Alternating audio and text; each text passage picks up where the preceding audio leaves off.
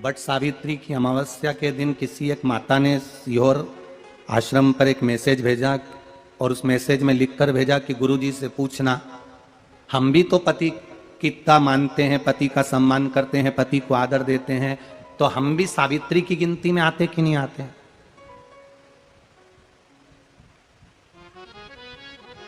तो सीहोर से मैसेज आया कि गुरुजी वो ऐसा ऐसा पूछा गया है, आप बताओ क्या कहना है। हमने कहा कह दो, जब बट सावित्री आती है तभी तुम पति को प्रणाम करती हो, जब दिवाली आती है तब पति को प्रणाम करती हो, जब करवा चौथ आती है तभी चलनी में मुंह देखती हो, बाकी के समय तो तुम जूड़ा बांध के ऐसी बोलती हो कि पति थर थर कांपता है।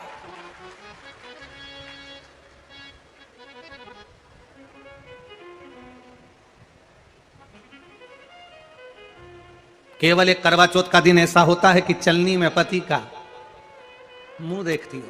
तुम चलनी में पति का मुंह देखती हो और पति तुम्हारे गले में जो मंगलसूत्र टंगा है उसको देखता है, क्योंकि उसको मालूम है 6 महीने से पीछे पकड़ कर बैठी थी, मेरा पहला करवा चौथ का व्रत आ रहा है, मंगलसूत्र दिला देना, मेरा पहला करवा चौथ का व्रत आ रहा है, मंगलसूत्र दिला देना। बेचारे ने ना जाने कहां कहां से कर्जा कर कर इतना बड़ा मंगलसूत्र दिलाया, लाल लाल मोती और इतना बड़ा पेंडिल लटक रहा। तुम चलनी में मुंह देख रही हो, तुम्हारा मंगलसूत्र देख रहा 80,000 का है, 80,000। 16 श्रृंगार में नारी के हाथ की चूड़ी का कलर अलग हो सकता है, चूड़ी की डिजाइन अलग हो सकती है, चूड़ी अलग हो सकती है, चूड़ी महंगी सस्ती हो सकती है, मंगलसूत्र की कीमत ऊंची नीची हो सकती है, पांव की बिछुड़ी की कीमत ऊंची नीची हो सकती है, कान के कुंडल की कीमत ऊंची नीची हो सकती है। तुम्हारे शरीर पर जितने जितने 16 श्रृंगार हैं उसकी कीमत ऊंची नीची हो सकती है। केवल मंगलसूत्र की डिजाइन बदल सकती है, नाक की लौंग की डिजाइन बदल सकती है, कान के बुंदे की डिजाइन बदल सकती है, हाथ की चूड़ी की डिजाइन बदल सकती है, पांव की पायल की डिजाइन बदल सकती है। केवल नारी के 16 श्रृंगार में एक श्रृंगार ऐसा है जिसकी कीमत जो पहले थी वही कीमत आज तक है और उसकी डिजाइन आज तक नहीं बदली। वो मांग का सिंदूर है, एक जैसी डिजाइन है और एक जैसी कीमत है। सारे श्रृंगार की कीमत अलग अलग है। तुम्हारे हाथ की चूड़ी की कीमत अलग होगी, पड़ोसन के हाथ की चूड़ी की कीमत अलग होगी, किसी के साड़ी की कीमत अलग होगी, किसी के जूड़े की कीमत अलग होगी, गजरे की कीमत अलग होगी, गजरे की कीमत अलग होगी, पायल बिछुड़ी की कीमत अलग होगी, पर मांग में जो सिंदूर डाला जाता है वो एक कीमत का होता है, एक डिजाइन का होता है और एक जैसा होता है और वो सबसे भारी होता है। सावित्री यमराज से कह रही है मेरे पति को छोड़ दो। यमराज कह रहा है सावित्री तेरा पति मर चुका है, मांग के सिंदूर को पोंछ दे। सावित्री कहती है पूरा श्रृंगार उतार दूंगी पर मांग का सिंदूर नहीं पूछने दूंगी। तब यमराज ने कहा जब तक तू मेरे मांग का अपनी मांग का सिंदूर नहीं उतारती तब तक तू मेरे पास नहीं आ सकती। भगवान यमराज से सावित्री ने कह दिया मैं भी तुझे वचन देती हूं यमराज, मेरी मांग में जब तक सिंदूर है, जैसे सीता ने लाइन लक्ष्मण जी ने लाइन खींच दी थी और सीता पार नहीं जा सकती थी, मैं भी तुझे वचन देती हूं जब तक नारी की मांग में सिंदूर है तब तक तू उसके पति को उसके सामने लेकर नहीं जा सकता। यह भी मैं तुझे कह देती हूं। यमराज भैंसे पर सवार होकर सत्यवान को लेकर जा रहा था, सावित्री से वचन पर वचन चल रहे थे। यमराज यमलोक में प्रवेश करने लगा। मांग के सिंदूर में से थोड़ा सा सिंदूर सावित्री ने केवल हाथ में लेकर अपनी बिंदी पर जो लगाया, सत्यवान को लेकर यमराज अंदर नहीं जा पाया। बाहर खड़े होकर कहता है मांग ले, मैं तुझे एक वचन नहीं, तू बोले तो मैं 2 वचन दे देता हूं, तू बोले तो मैं 3 वचन दे देता हूं, तू मांग क्या चाहिए। तब सावित्री ने कहा देना चाहते हो? हाँ। अब यमराज को लगा कि लालच में पड़ गई सावित्री। तब कहा पहला वचन दीजिए, मेरे अंधे सास ससुर के नेत्र वापिस आ जाएं। यमराज ने कहा तथास्तु। दूसरा वचन दीजिए, मेरे सास ससुर अपने पोता पोती का मुख देखें। यमराज ने कह दिया तथास्तु।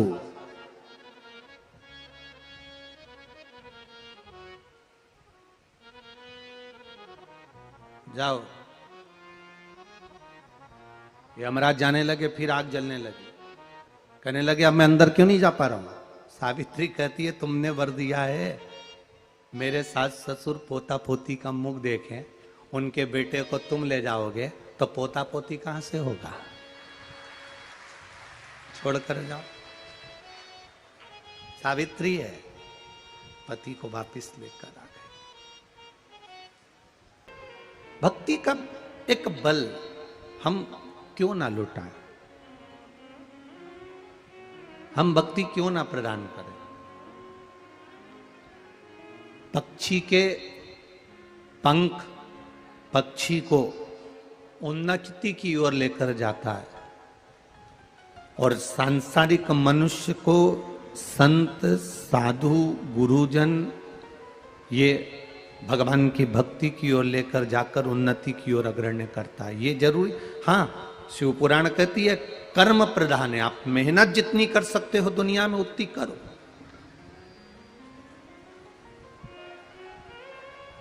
आपको जितनी मेहनत करना है कर सकते हो, आप जितना संघर्ष कर सकते हो करो।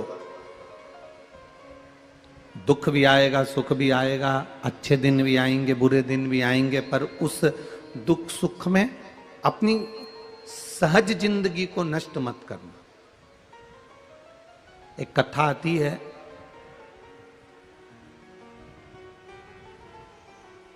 एक बच्चा एक बहुत पैसे वाले व्यक्ति के घर में जन्म ले लिया। अब बहुत पैसे वाले व्यक्ति के घर में उस बच्चे का जन्म हो गया। उसने जिंदगी भर सुख ही सुख देखा। चांदी की चम्मच मुंह में लेकर जो पैदा होता है तो वो सुख ही सुख देखता है, कहां उसने दुख देखा। उस बच्चे ने गाड़ी बंगला जमीन जायदाद सत्ता वैभव सब कुछ देखा। इस बच्चे की जो मां थी वो इसको जन्म देकर मर गई थी। पिता ने पाल पोस कर बच्चे को बड़ा किया।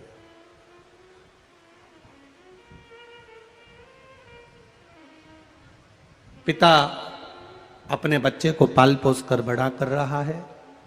अब बच्चा जब बड़ा हो गया, पिता के प्राण छूट गए, बच्चा अकेला हो गया।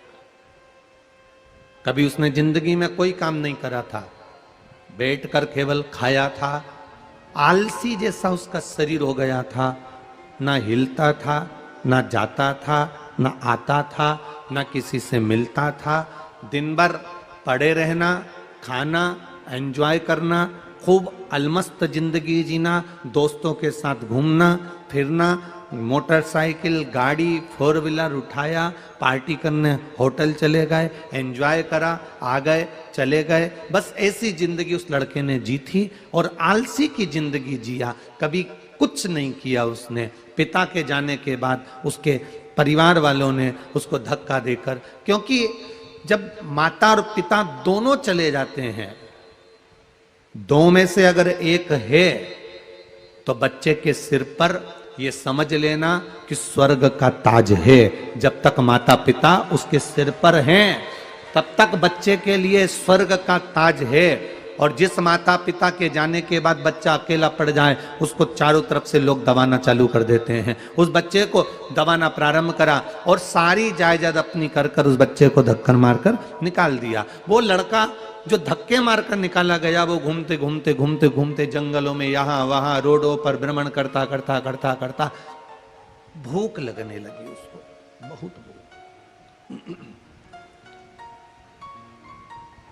और जब उसको भूख लगने लगी, देखा कहीं से भोजन मांगा, नहीं मिला, और भोजन मांगा, नहीं मिला। बालक दौड़ते दौड़ते जाता जाता देखा क्या करूं।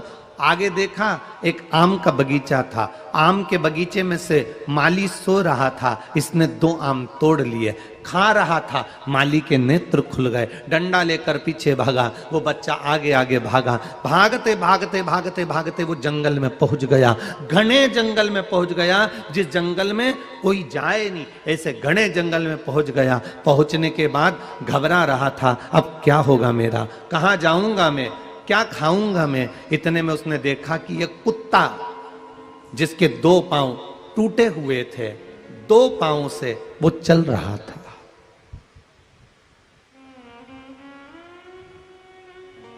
कुत्ते के दो पांव टूटे हैं, दो पांव से वो चल रहा है। और उस व्यक्ति ने देखा कि बताओ, कुत्ता जंगल में दो पांव से चल रहा है, परंतु इतने वीरान जंगल में जहां जीव जंतु रहते हैं, इतने बड़े जानवर रहते हैं, इस कुत्ते को खा जाएंगे, अभी तक जिंदा कैसे है? इतनी देर में उसने देखा कि कुत्ता दो पांव से चल रहा था। सामने उसने देखा एक शेर ने धाड़ा, शेर ने धाड़ा तो ये पेड़ पर चढ़ गया और पेड़ पर चढ़कर बैठ गया। सामने से शेर आ रहा था, इसको लगा बेचारे कुत्ते को खा जाएगा। ये कुत्ता दो पांव से चल रहा है, कुत्ते को खा जाएगा। सामने से शेर और करीब में आया, और करीब में आया। करीब में आकर शेर के मुंह में बहुत सारा मांस पड़ा हुआ था, उसने कुत्ते के सामने फेंक दिया और फेंक कर शेर वापिस चला गया। जब शेर गया, ये पेड़ पर चढ़ा हुआ विचार करने लगा कि मैंने किसी के मुंह से सुना था, जो जन्म देता है पेट भी वही भरता है। इस कुत्ते का पेट भरने के लिए शेर मांस का टुकड़ा ला कर दिया। अब यह भी परमात्मा को पुकारने लगा, पेड़ के ऊपर बैठ गया, अब मेरे को भगवान ला कर देगा, क्योंकि जन्म भगवान ने दिया है, भगवान भोजन देगा, भगवान ने जन्म दिया है। बैठ गया। सुबह से शाम हो गई, शाम से सुबह हो गई, दिन से रात, रात से दिन हो गया, पर इसको भोजन नहीं मिला। जब भोजन नहीं मिला तो ये बहुत गुस्से में चीख पड़ा। जैसे ही चीखा, पास में एक संत रहते थे, वो संत निकल कर आए और उन संत ने आकर कहा, भैया नीचे उतरो जरा। पेड़ पर से नीचे उतारा। क्या बात है, क्यों चीख रहे हो, क्यों चिल्ला रहे हो, भगवान से क्या दिक्कत है? उसने कहा, भगवान बड़ा गजब का है, जिसके पांव टूट गए दो, उसको जंगल में भी भोजन दे रहा है और मैं उनका नाम ले रहा हूं और मुझे भोजन नहीं दे रहा। जिंदगी का सारा दुख परमात्मा ने मुझे दे दिया। मेरी माता मर गई, मेरे पिता मर गए, मैं अकेला रह गया, मेरे कुटुंब वालों ने मेरा धन छुड़ा लिया, मैं अकेला जंगल में पड़ा हूं। भगवान मेरा साथ क्यों नहीं देता, भगवान मुझे खाने को क्यों नहीं देता? इतने में संत उसको लेकर चले गए और संत ने अपने पास का भोजन निकालकर उसको भोजन करने को दिया।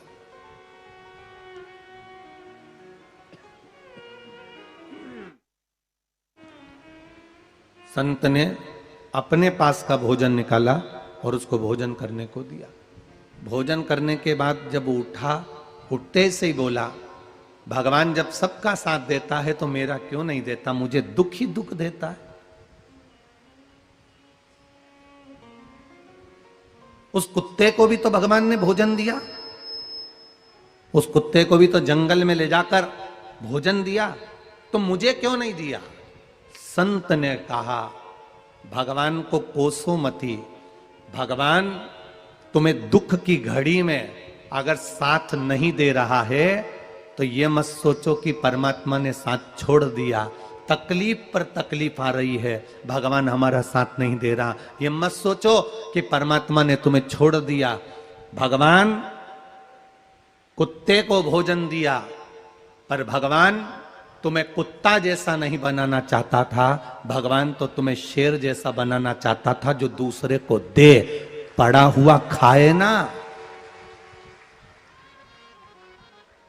थोड़ा दुख आता है, थोड़ी तकलीफ आती है, थोड़ा कष्ट आता है, थोड़ी बीमारी आती है, थोड़ा रोग आता है, थोड़ा दुख, कष्ट, बीमारी, रोग, तकलीफ सब आती है, और सब आने के साथ साथ साथ साथ ये सब कुछ होता है, पर हमें अपनी हिम्मत को नहीं हारना है महाराज, हमें अपनी हिम्मत को नहीं हारना।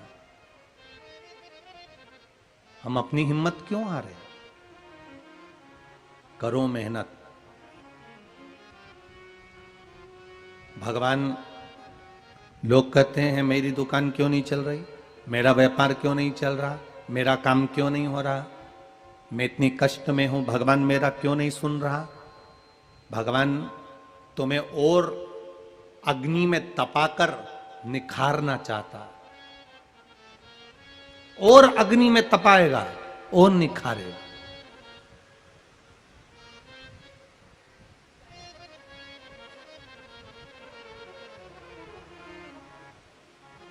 और अग्नि में तपाएगा और निखारेगा, फिर अग्नि में तपाएगा फिर निखारेगा।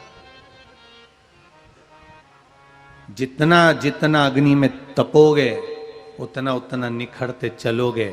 भगवान अगर दुख की घड़ी में भी तुम्हारा साथ ना दे, भगवान पर नाराज मत होना, पूजन करना मत छोड़ देना, मंदिर जाना मत छोड़ देना, भगवान को एक लोटा जल चढ़ाना मत छोड़ देना, भगवान को एक बेलपत्र चढ़ाना मत छोड़ देना, भगवान की चौखट पर जाना मत छोड़ देना। तुम भगवान की चौखट पर जाना, जल चढ़ाना, निवेदन करना, उसके चरणारविंद तक जाते रहना।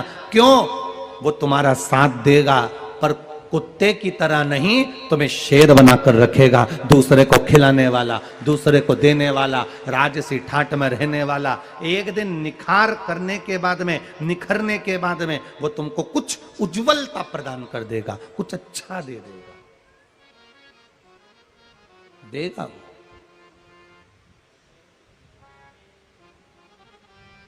वो सहज नहीं, उसको पहचानो। पक्षी के पंख पक्षी को उन्नति की ओर लेकर जाते हैं, और संत के चरण उन्नति की ओर लेकर जाते हैं।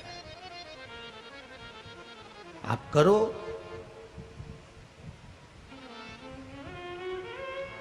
कोई कोई कहता है हमने एक दुकान करके देख ली, उसमें लाभ नहीं हुआ, हमने दूसरी दुकान करके देख ली, उसमें लाभ नहीं हुआ, हमने तीसरी दुकान कर कर देख ली, उसमें लाभ नहीं हुआ।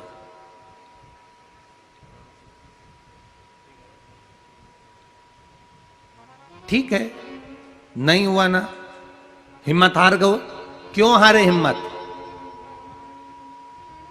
लाभ नहीं भी हुआ तो हिम्मत नहीं हारना है हमको, हम हिम्मत नहीं हारे, हम करें मेहनत और मेहनत। कुएं को जितना खोदेंगे, कुएं को जितना खोदते चलेंगे, जितना खोदते चलेंगे, जितना खोदते चलेंगे, उसमें पानी निकल ही जाएगा, उस कुएं में पानी आ ही जाएगा। आप जितना जितना भजन में डूबते जाओ। कल एक माता जी ने पत्र लिखा था, पत्र में रखा होगा वो, एक कोई बहन ने पत्र लिखा था कि मैं भगवान के भजन में यही वीरगंज की है वो, मैं भगवान के भजन में जाती हूँ, मैं भगवान के कीर्तन में जाती हूँ, मैं श्याम बाबा के कीर्तन में जाती हूँ, मैं दादी रानी सती के कीर्तन में जाती हूँ, मैं मंदिर जाती हूँ, मैं भगवान को लोटा भर के जल चढ़ाती हूँ, मैं किसी को भगवान की भक्ति करने की बोलती हूँ तो लोग मुझे पागल समझते हैं।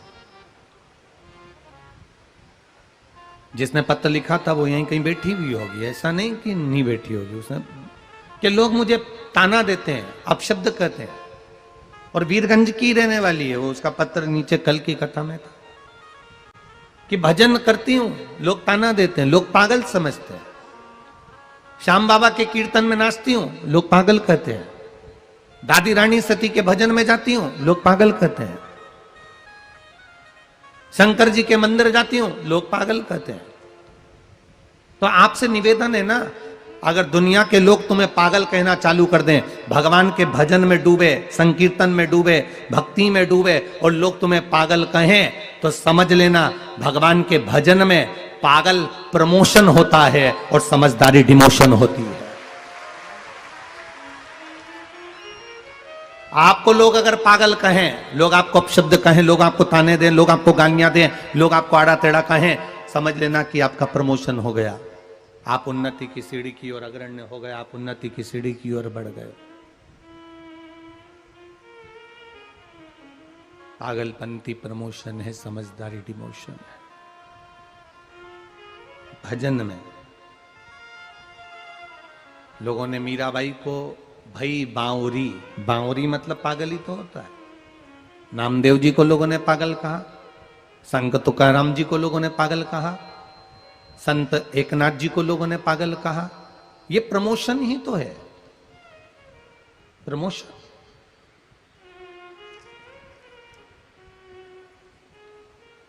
आप भजन में डूबे हो, आप भक्ति में डूबे हो, और भगवान की अविरल भक्ति में अगर डूबे हुए हो, लोग तुमको अपशब्द कर रहे हैं, ताने दे रहे हैं, आड़ा टेढ़ा कर रहे हैं, तो कहने दो।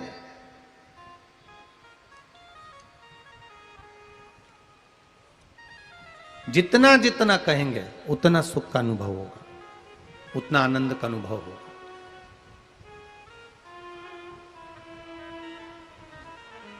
गाँव का लोग मने बावरी बतावे, संगरी सहेलियां जी उंगली उठावे।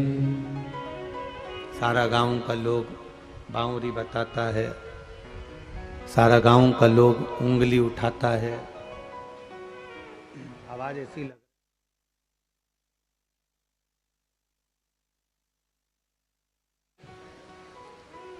गाँव का लोग मने बावरी बतावे, संगरी सहेलियां जी उंगली उठावे। हंसी उड़ावे सारी सारी दुनिया, मीरा बनी रे जोगन। लोग कहें अब शब्द कहने दो। मिथिला में रहने वाले, जनकपुरी में रहने वाले, इस नेपाल देश में रहने वाले श्री उदयनाचार्य जी,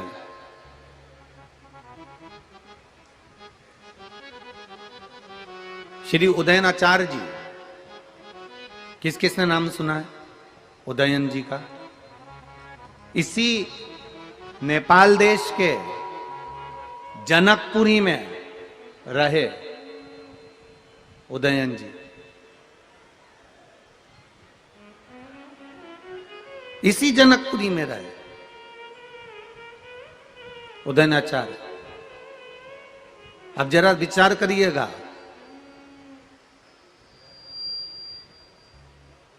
उस समय पर पूरे चारों तरफ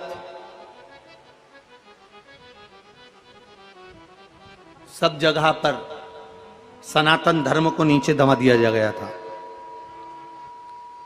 सनातन धर्म को नीचे दबा दिया गया था।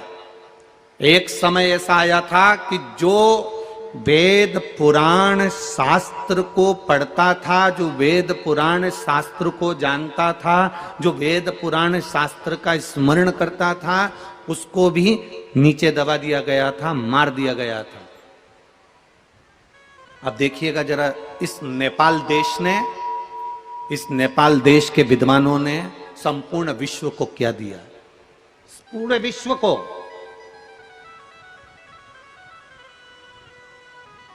संपूर्ण विश्व को क्या दिया?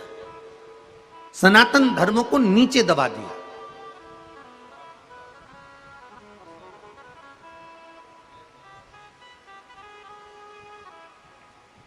तब उदयन आचार्य जी ने बौद्ध भिक्षुकों से अपना शास्त्रार्थ किया, और शास्त्रार्थ करते करते सनातन धर्म को उछालकर फिर सामने प्रकट किया।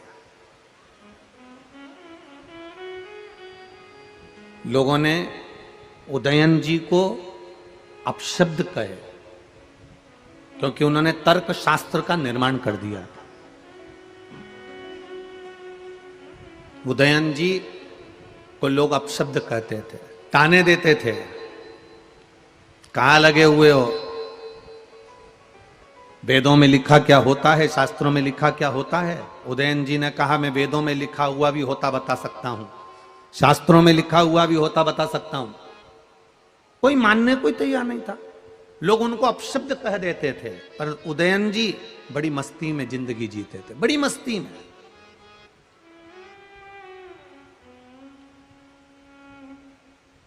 उदयन जी ने अपनी जिंदगी में केवल एक बात जनमानस को बताई, एक बात संपूर्ण विश्व को दी है, एक बात संपूर्ण जगत को दी है। उन्होंने कहा, जैसे रहो खुश होकर रहो, जैसे रहो अलमस्त रहो। अपनी जिंदगी को जितने आनंद में जी सकते हो जियो। एक फकीर गांव में आया और गांव के लोग उस फकीर से चिढ़ते थे जब गांव के लोग फकीर से चिढ़ते थे, फकीर के ऊपर अपशब्द कहते थे, फकीर को ताना देते थे, फकीर को आड़ा टेढ़ा कहते थे, पूरे गांव के लोग फकीर से चिढ़ रहे हैं, पूरे गांव के लोग फकीर को अपशब्द कह रहे हैं। गांव के लोगों ने विचार कर लिया अगर फकीर हमारे गांव में आ गया तो इसको जूते की माला पहनाएंगे। और जैसे ही फकीर गांव के अंदर आया और गांव के लोगों ने उसको जूते की माला पहना दी, फकीर बड़ा प्रसन्न होने लगा, नाचने लगा, खुश होने लगा। लोगों ने पूछा तुम्हें गले में जूते की माला डाली है, तुम्हारे गले में जूते की माला पहनाई है और तुम हंस रहे हो, तुम प्रसन्न हो रहे हो, तुम खुश हो रहे हो? फकीर ने कहा मेरा भगवान इतनी जल्दी मेरी सुन लेगा ये पता नहीं था। 4 दिन पहले मेरे पांव के जूते फट गए थे, मैंने भगवान से कहा था 1 जोड़ दे देना, मुझे क्या मालूम था कि ये 10 जोड़ मिल जाएंगे, मुझे क्या मालूम था कि ये 10 जोड़ मिल जाएंगे। गांव के लोगों ने कहा बताओ गजब का आदमी है, हमने तो तेरा अपमान करा है, हमने तो तुझे जूते की माला पहनाकर तेरा अपमान करा है। इतने में फकीर कहता है भले कुछ भी करा हो पर मेरे मालिक का धन्यवाद है जिसने मेरे को पहनने के लिए 10 जोड़ जूते तो दे दिए, कम से कम उसमें मेरी प्रसन्नता तो है। गांव के लोगों ने फकीर के चरण पकड़ लिए, गांव के लोगों ने फकीर के चरण पकड़ लिए और फकीर के चरण पकड़कर गांव के लोगों ने फकीर को धन्यवाद दिया, साधुवाद दिया। फकीर को साधुवाद देते हैं कि गजब की तुम्हारी भक्ति है, गजब की तुम्हारी दृढ़ता है, तुम परमात्मा पर इतना विश्वास करते हो कि कोई ने तुम्हारे गले में जूते की माला पहनाई तो तुमने उसमें भी अच्छाई देख ली। एक संत का जो स्वरूप होता है, एक साधु का जो स्वरूप होता है, एक गुरु का जो स्वरूप होता है, एक भगवत कृपा का जो स्वरूप होता है, एक भगवत बिंदु का जो स्वरूप होता है, वो स्वरूप होता ही ये है कि वो किसी में गलती नहीं देखता, अपनी गलती देखकर दुनिया के लोगों में अच्छाई ढूंढता है और उनको अच्छाई देने का प्रयास करता है। अच्छा ढूंढेगा, अच्छा ढूंढकर अच्छा देने का प्रयास करेगा, अच्छा ढूंढकर अच्छा देता है।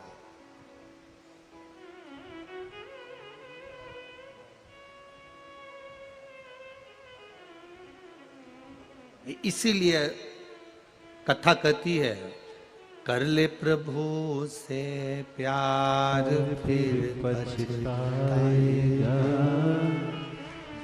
झूठा है संसार धोखा खाएगा। अरे कर ले प्रभु से प्यार फिर पछताएगा, झूठा है संसार धोखा खाएगा, झूठा है संसार धोखा खाएगा, झूठा है संसार धोखा खाएगा। कर ले प्रभु से प्यार फिर पछताएगा, झूठा है संसार धोखा खाएगा। भगवान से प्रीत, भगवान से स्नेह, भगवान से लगन हमें सुख का अनुभव करा देती है, आनंद का अनुभव करा देती है। ढूंढो, दुनिया के लोग आप में बुराई ढूंढेंगे, आप दुनिया के लोगों में अच्छाई ढूंढिएगा।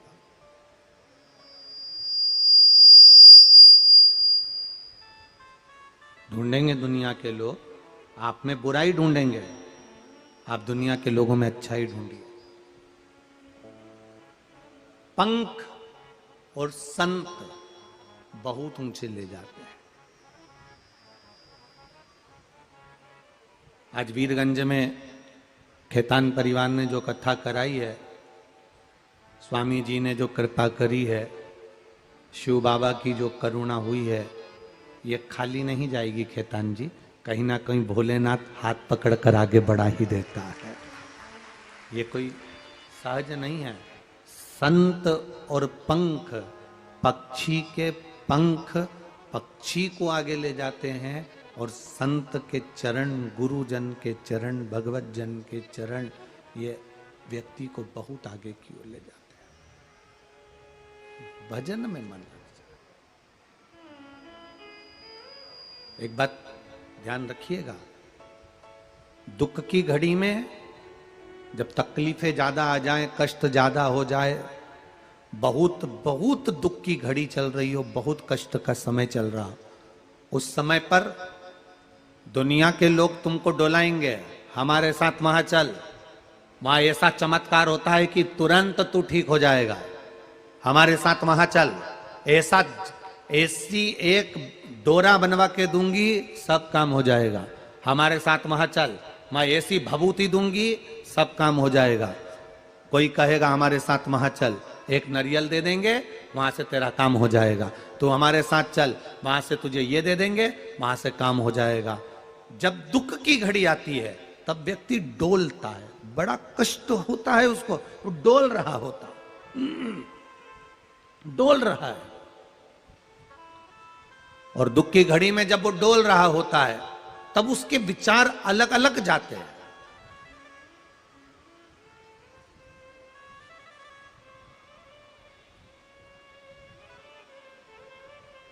जब कष्ट की घड़ी आती है तब उसके विचार अलग अलग होने लगते हैं।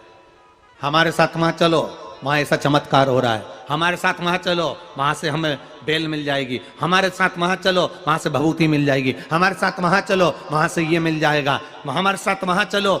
शिव महापुराण की कथा कहती है, तुमने 2 महीना, 4 महीना, 6 महीना, 1 साल, 2 साल, 4 साल, 3 साल जिस देव अधिदेव महादेव को जल चढ़ाया है, उसको छोड़कर कहीं मत जाना, वो महादेव तुमको पार उतार देगा। एक साधे सब सधे।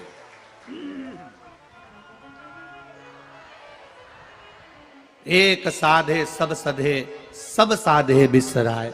अगर हमारे बाबा पर आपका भरोसा है, शिव पर अगर आपका विश्वास है, भगवान शंकर पर आपका भरोसा दृढ़ है, तो फिर आप भटकोगे नहीं।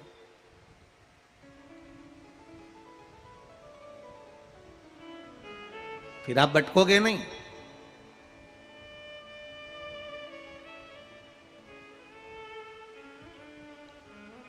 अपना मार्ग नहीं छोड़ोगे, फिर आप फिर दड़ी हो जाओगे।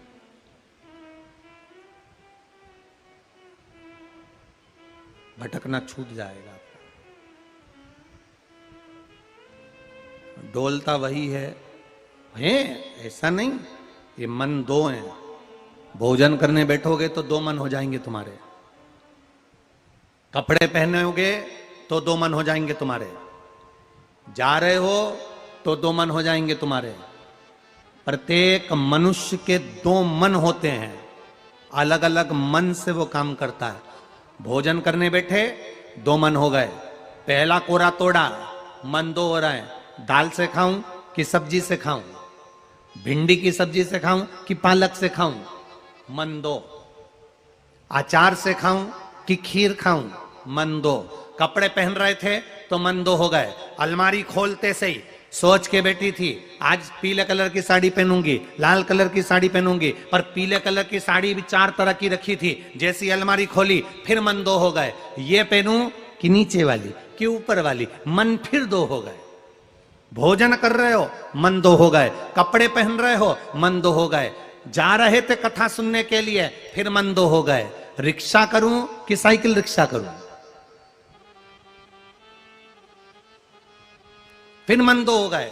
इस वाले रास्ते से जाऊं कि पीछे वाले रास्ते से जाऊं, मन 2 हो गए। खाने बैठे मन 2 हो गए, कपड़े पहने मन 2 हो गए, दर्शन के लिए गए तो मन 2 हो गए। कभी कभी 2 मंदिर पास पास में होते हैं, इधर महादेव का मंदिर है, इधर हनुमान जी का मंदिर है, 2 मन वहां पर भी हो गए। अगर मैं शंकर जी के मंदिर जाऊंगी और हनुमान जी के नहीं गई तो हनुमान जी को बुरा लग जाएगा, मन 2।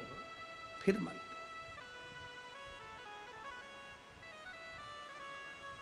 और उसी हनुमान जी के मंदिर में सामने राम जी बैठे हैं। अगर मैं हनुमान जी के मंदिर में गई और राम जी के मंदिर में नहीं गई तो बुरा लग, मन 2।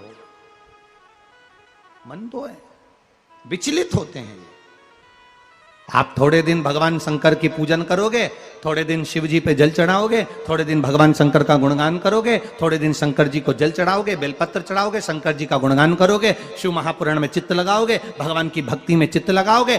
जैसे ही जिंदगी में थोड़ा सा मोड़ आएगा, मोड़ आते से कोई तुम्हारे पास में आएगा, चल हमारे साथ, हम वहां लेकर चलते हैं, चल हमारे साथ वो बाबा के पास चलते हैं, चल हमारे साथ वो जोगी सन्यासी के पास चलते हैं, चल हमारे पास, हम उसके पास चलते हैं। पर शिव पुराण सुनने वाला, शंकर का भजन करने वाला, शिव तत्व को जानने वाला, श्री शिवाय नमस्तुभ्यम कहने वाला, शंकर को एक लोटा जल चढ़ाने वाला दुख की घड़ी में भी डोलता नहीं है। उसको मालूम है दुख उसने दिया है तो सवार भी वही देगा। हम अंत तक उसके होकर चले, अंतिम बिंदु तक हम उसके होके चले।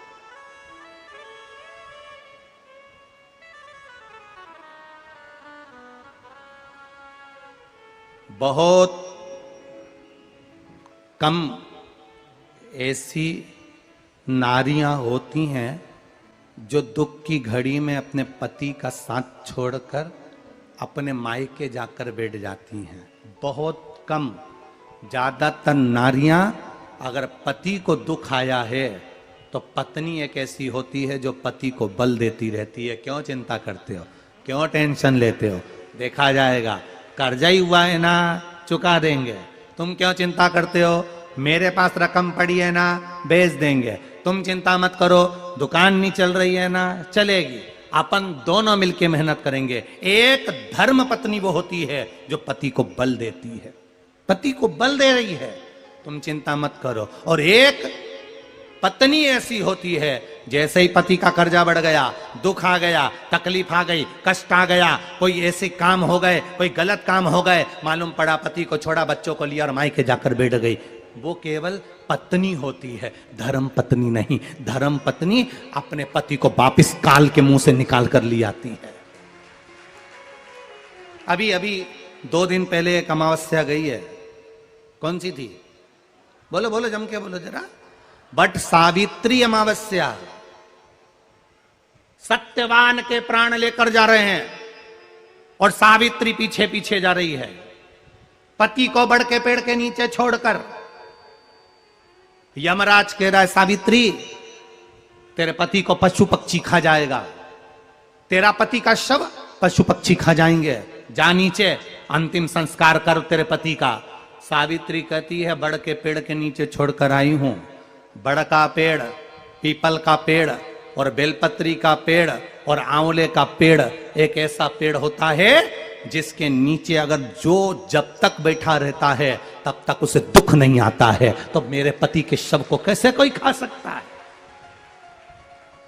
एक बट वृक्ष, एक पीपल का वृक्ष, एक बेलपत्री का वृक्ष, एक आंवले का वृक्ष, इन वृक्ष के नीचे जब तक उन वृक्ष की छांव में जो बैठा है, उस वृक्ष की छांव के अंदर जो बैठा है, उसको दुख भी आया है ना, तो बाद में आएगा जब वो वृक्ष की छांव से हट जाएगा। तकलीफ भी आई है तो वृक्ष की छांव से हटेगा तब आएगी, रोग भी आएगा तो वृक्ष की छांव से हटेगा तब आएगा। वृक्ष की छांव, पीपल, बड़, आंवला, बेलपत्र की छाया जब तक हमारे सिर पर है तब तक दुख, तकलीफ, कष्ट, रोग, बीमारी ये सब बहुत दूर है महाराज। क्यों कहते हैं रोज आपसे कि बेलपत्री के पेड़ के नीचे चले जाया करो हफ्ते में एक बार, हफ्ते में एक बार बेलपत्री के वृक्ष के नीचे जाया करो। क्यों कहते हैं? प्रयास करो कि बेलपत्री के पेड़ की छांव तुम्हारे ऊपर पड़े। उसका केवल एक ही कारण है, बेलपत्री के पेड़ के नीचे जाने का इसलिए कहते हैं क्योंकि अपने मोबाइल को चार्ज करना है तो किसी चार्जिंग पिन के पास जाना पड़ेगा। भले तुम कमरे में रह रहे हो, तुम्हारे कमरे में सारा सुख है, पर मोबाइल को चार्ज लगाने के लिए चार्जिंग पिन के पास जाना ही पड़ता है। चार्जिंग पिन में लगाकर थोड़ी देर रख दो, मोबाइल चार्ज हो जाता है। उसी तरह अपने जीवन के दुख, कष्ट, रोग, बीमारी, तकलीफ को मिटाने के लिए बेलपत्री के पेड़ की छांव में थोड़ी देर बैठना चालू कर दो, अपने आप सुख का अनुभव होने लगेगा, अपने आप कष्ट जाने लगे। सावित्री है, पति को वापिस लेकर आ गए। आज भी केवल भारत देश की नहीं, इस नेपाल देश की भी माताएं सावित्री के तुल्य है। आज भी वो अपने पति के लिए ढाल बनकर चलती है और अपने पति को काल से निकाल कर ले आती है। वो सावित्री है।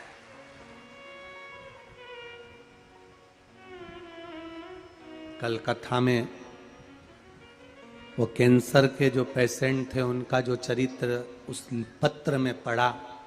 हम जब वापिस होटल गए, वहां जहां ठहरे, तो बड़ा आशीष से हमने कहा कि बड़ा विचित्र बात है, बड़ा विचित्र।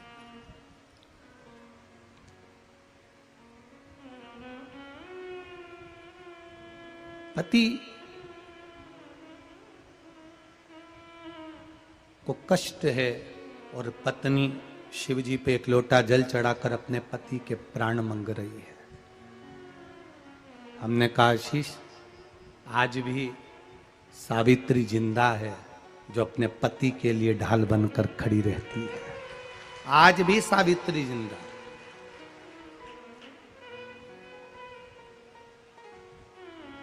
यहां जितनी माताएं बैठी हैं ना, और जितनी माताएं कथा टीवी पर, आस्था चैनल पर, फेसबुक, यूट्यूब पर, मोबाइल पर श्रवण कर रही हैं, ये मेरा विश्वास कहता है आपका चढ़ाया गया एक लोटा जल खाली नहीं जाएगा। आज चढ़ाओगे, तुम्हारी दुख की घड़ी में वो जल तुम्हारे सामने खड़ा होगा, तुम्हारे जीवन के दुख को मिटाने के, दुख को मिटाने के। आप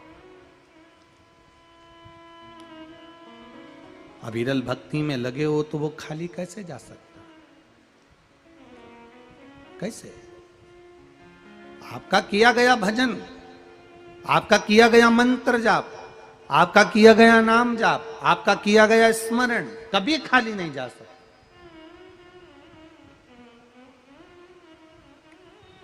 बस इतना याद रखिए, स्वस्थ रहते हो आप तो ढेर सारा धन कमा लेते हो। बोलो सही है कि गलत है? जम के बोलो जरा। स्वास्थ्य अच्छा रहता है तो ढेर सारा धन कमा लेते हो, पर जितना धन तुमने ढेर सारा कमाया है उससे अच्छा स्वास्थ्य वापिस नहीं कमा पाओगे। स्वस्थ रहते रहते धन पर ज्यादा ध्यान ना देते हुए अपने जीवन पर भी ध्यान देना। जवानी पूरी अगर कमाने में निकल गई तो जिंदगी का फिर कहाँ सुख। बुढ़ापा आ गया, दांत दुख रहे हैं, आंखों से दिख नहीं रहा, कानों से सुनाई नहीं दे रहा, पाँव से चला नहीं जा रहा, हाथ थर थर काँप रहे। कई लोग ऐसे भी होंगे वीरगंज में जिनका मन हो रहा होगा कि कथा पंडाल में जाकर सुनूं, पर शरीर में इतना कष्ट है कि कैसे पंडाल में जाऊं। इसलिए शिव महापुराण की कथा कहती है जब तक तुम्हारा शरीर चले तब तक कथा सुनो, जब तक तुम्हारा शरीर चले तब तक तीर्थ करो, और जब तक तुम्हारे घर में चले तब तक दोनों हाथों से दान करो, पुण्य करो, सत्कर्म करो, कथा करो, स्मरण करो। तुम्हारे घर में चले तब तक दान कर लेना, तुम्हारे घर में चले तब तक पुण्य कर लेना, तुम्हारे घर में चले तब तक कथा शिव पुराण आदिक सत्संग भजन कीर्तन सब करा लेना। जिस दिन तुम्हारे घर में चलना बंद हो जाएगी, दूसरों की चलना प्रारंभ हो जाएगी, उस दिन तुम शिव पुराण नहीं करवा पाओगे, उस दिन तुम 1 रुपया दान नहीं कर पाओगे, तुम उस दिन कुछ भी एक प्यासे को पानी नहीं पिला पाओगे। तुम्हारा मन कर रहा है भूखे को भोजन कराना है, और तुमने बहू से कहा मेरे को 5 किलो आटे की पूड़ी बना दे, आधा किलो आटे की पूड़ी बना दे, मैं कथा में जा रही हूं, वहां पर लोगों को बांटूंगी, तू आधा किलो आटे की पूड़ी बना दे। बहू कहेगी मेरे पास टाइम नहीं है। क्या सब लुटाने के लिए पड़ा है? तुम्हारा बेटा इसलिए कमा रहा है कि लुटाओ। तुम्हारी जब तक सत्ता चले, तुम्हारा जब तक भाग्य चले और तुम्हारा हाथ पैर चले तब तक कथा में जाओ, तीर्थ जाओ, और तुम्हारी चले जब तक दान पुण्य सब करो। बाद का कोई भरोसा नहीं। साथ नहीं देता ये शरीर, साथ नहीं देती ये श्वास, कब छूट जाए इसका क्या भरोसा।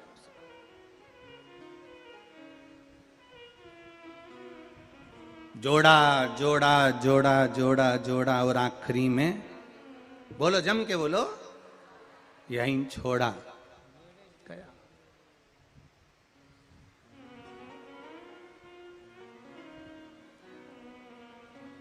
तुम्हारी चल रही है जब तक। मैं बहुत, खेतान जी बहुत बहुत साधुवाद है आपको, बहुत बहुत साधुवाद, और आपके बच्चों को भी, आपके पूरे परिवार को भी साधुवाद है।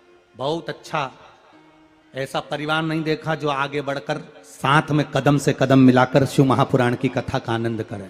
साधुवाद है आपको। और ऐसे बेटा और बहू भी धन्यवाद के पात्र हैं, जो आप नोएडा में आकर संकल्प लिए कि मुझे कथा कराना है, निरंजन स्वामी जी के पीछे पड़े रहे, कथा करवाना है, कथा करवाना है, कथा करवाना है, कथा करवाना है, और स्वामी जी ने आपको कह दिया कथा होगी, चिंता मत करो। और दोनों, आपको भी धन्यवाद, बहू बेटों को भी धन्यवाद, परिवार को भी धन्यवाद।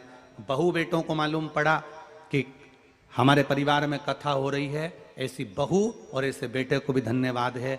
ऐसी बहू किसी ना किसी अच्छे कुल से आई होंगी, जिन्होंने कह दिया मम्मी कथा करो, तैयारी करो, हम हैं साथ में। ये सुख है। कल इनका परिवार मिलने आया था तो बहनों के चेहरे पर इतनी प्रसन्नता, हम सोच रहे जैसे अपने भतीजे की शादी में आई है। जितनी ननंद होना ही इनकी मिलने के लिए, ये खेतान परिवार की जितनी बेटियां मिलने आई, सब इतनी प्रसन्न जैसे कहीं विवाह में आई हो, इतनी खुश। बस यही प्रसन्नता आपके जीवन में होना चाहिए। जब अपने मायके में, अपने ससुराल में जब कोई अच्छा काम हो, तुम्हारे चेहरे की स्माइल बढ़ जाना चाहिए कि हमारा जीवन सार्थक हो गया। हमारे दादा परदादा, मायके के भी ससुराल के भी, हमारी 71 पीढ़ी में जो चले गए होंगे वो भी खुश हो रहे होंगे कि हमारी पीढ़ी में आज शिव महापुराण की कथा हो रही है, जिसने संपूर्ण जीवन को तार दिया है, संपूर्ण। और आप जितने लोग सुन रहे हो ना, बड़े खुश रहा करो, बड़े प्रसन्न रहा करो। कथा में मुसद्दी लाल जैसे मत बैठा करो मुंह उतार कर, प्रसन्न स्माइल के साथ खुश रहकर। भगवान ने कितनी कृपा करी साहब, कितनी दया करी। कहां सीहोर भारत में, भोपाल के पास, और कहां नेपाल वीरगंज। वो तो तुम सबने एक एक लोटा पानी ज्यादा चढ़ा दिया होगा शंकर भगवान को, इसलिए उन्होंने वीरगंज में यहां बुला लिया।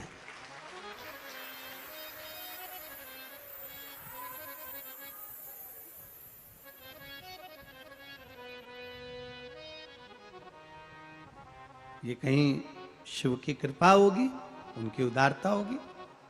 कर लो सत्कर्म, शरीर चले तब तक कथा में जाओ, शरीर चले तब तक अपना द्वार छोड़कर, क्या छोड़कर? अपना द्वार छोड़कर। ये कथा की आवाज कई कई लोगों के दरवाजे तक भी जा रही होगी, जो आसपास में रहते होंगे उनके दरवाजे तक भी आवाज जा रही होगी। कथा की आवाज तो कहीं तक भी जा रही होगी। लोग सोच रहे होंगे कि यहां तक आवाज आ रही है, हम यहीं बैठकर सुन। ना ना ना ना, अपना द्वार छोड़कर परमात्मा के द्वार तक जाओगे तो वो भी हरिद्वार छोड़कर तेरे द्वार तक आएगा, तो ही तो आएगा।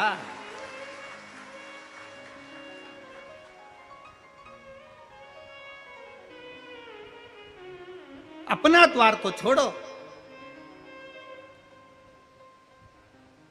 भगवान कृष्ण ने भी रुक्मणी जी से कहा दिया था, ब्राह्मण देवता रुक्मणी जी से जाकर कह दो तू श्रृंगार करके गोरा जी के मंदिर आ जा, मैं तुझे लेने आ जाऊंगा। भगवान ने रुक्मणी जी से ये नहीं किया था कि तैयार होकर छत पे खड़ी हो जाना, मैं तुझे लेने आ जाऊंगा।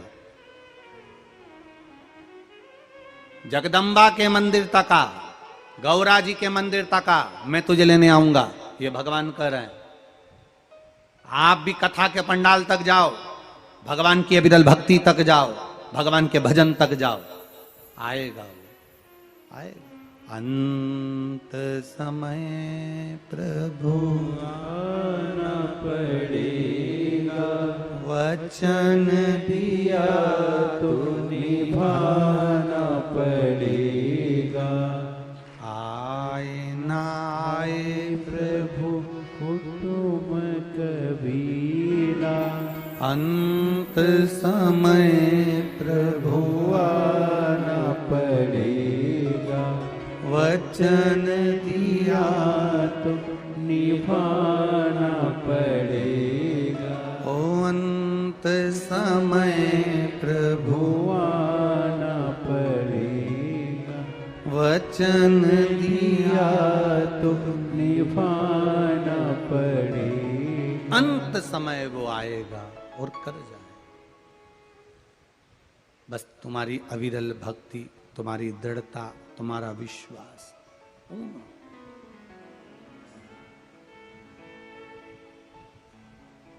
शिव कथा कह रही है, स्वास्थ्य अच्छा रहेगा, आप धन कमाने में लगे रहेंगे, धन कमा कमा कर इकट्ठा कर लोगे, पर जैसा तुम्हारा पहले स्वास्थ्य था वैसा स्वास्थ्य तुम धन से कभी इकट्ठा नहीं कर सकते।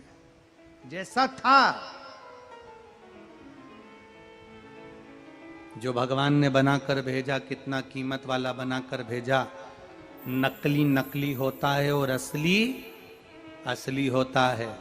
जो भगवान ने घुटना दिया था असली, उससे खूब चल लिए। अब डॉक्टर बोला ये गड़बड़ हो रहा है, दूसरा लगाना पड़ेगा। अब नकली लगवा लो। असली था तो नीचे भी बैठ जाते थे, असली था तो ऊपर से कूद भी जाते थे, असली था कितना भी चल लेते थे। पर नकली नकली है, नीचे बैठ नहीं सकते, कहीं ज्यादा चल नहीं सकते, कहीं इधर उधर उचक नहीं सकते, नाच नहीं सकते। जब तक असली तुम्हारे पास में है तब तक इस असली का सदुपयोग करो। जिस दिन नकली लगता चले जाएगा, आंख गड़बड़ हो गई तो उन्होंने कहा लेंस लगाना पड़ेगा। अब लगा तो लिया, पर वो लेंस था। कान अच्छे दिए थे, भगवान ने खूब सुनने के लिए दिए थे। इसका असली का प्रयोग तुम्हें करना नहीं आया। 24 घंटे हेडफोन लगाए के मोबाइल चलाती रही, अब असली ए करती फिरे। गया से आंख असली दी थी खराब, कान असली दिया था चले गए। असली के दांत जो भगवान ने दिए कितने मजबूत दिए, और फिर नकली रोज निकालो, कटोरी में फ्रिज में रखो, निकाल रोज निकालो और निकाल के रोज फ्रिज में रखो। कभी कभी बच्चे खेलने भी ले गए और तुम फ्रिज में ढूंढ रहे मेरा सोफा सेट कहां है, ढूंढ रहे। असली है।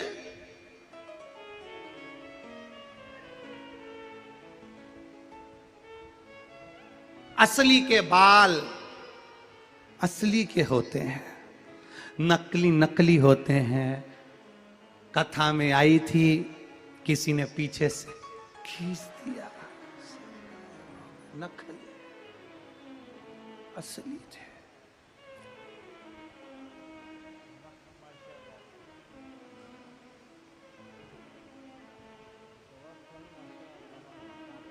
अभी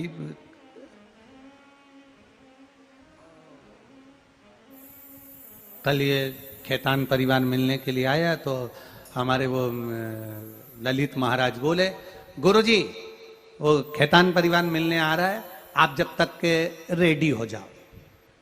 हमने कहा हम तो ऑलरेडी रेडी हैं। अब किसी के ज्यादा अच्छे हों तो उसको रेडी होने में टाइम लगे। अब यहां तो पानी का हाथ लगाओ ने यूज फेर लो तो रेडी। उसमें क्या ऑलरेडी, उसमें क्या। अब जिसके अच्छे खूब जोरदार हो, बड़े बड़े दीनानाथ जैसे, तो बात दूसरी की रेडी करता फिर 4 घंटे। हमारा दीनानाथ यूं घुमाता रहता 24 घंटे, उसके रेडी रहता हो तो।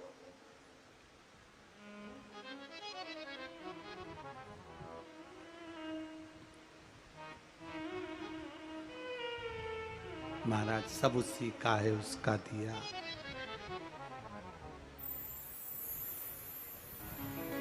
रचा है सृष्टि को जिस प्रभु ने, वही ये सृष्टि चला रहे।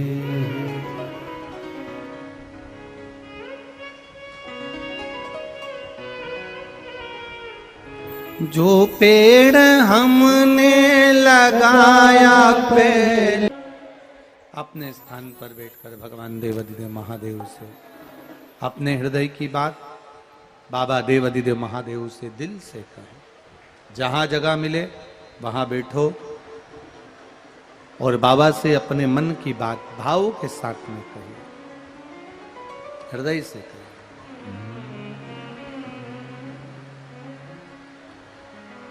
श्री शिवाय नमस्तुभ्यं। श्री शिवाय नमस्तुभ्यं। श्री शिवाय नमस्तुभ्यं। श्री शिवाय नमस्तुभ्यं। श्री शिवाय नमस्तुभ्यं। भोला सब दुख काटो मारा, ओ भोला सब दुख काटो मारा। शिव शंकर जपूं तेरी माला, भोले बाबा जपूं तेरी माला। भोला सब दुख काटो मारा, ओ भोला सब दुख काटो मारा। वेश है मंगल मंगलकारी, वेश है मंगल मंगलकारी।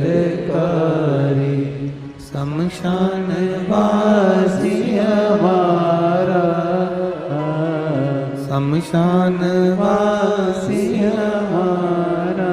ओ भोला सब दुख काटो मारा, ओ भोला सब दुख काटो मारा। भगवान शिव की कथा कहती है संपूर्ण संसार सागर में मानव की जो देह है, मनुष्य का जो शरीर मिला है, ये सहजता में नहीं मिला। अविरल भक्ति को प्राप्त करना सहज नहीं है। शिव कथा कह रही है। तारकासुर,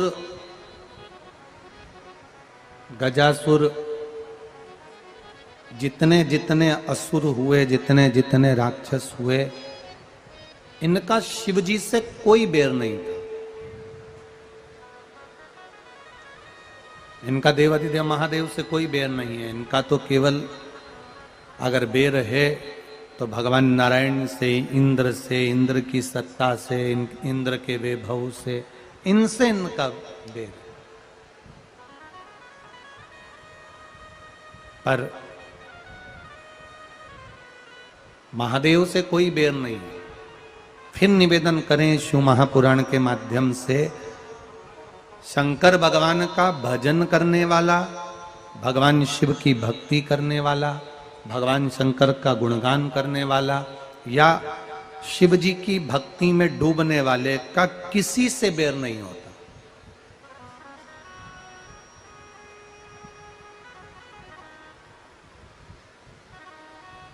जो भगवान की भक्ति में लगा है उसका बैर किसी से नहीं।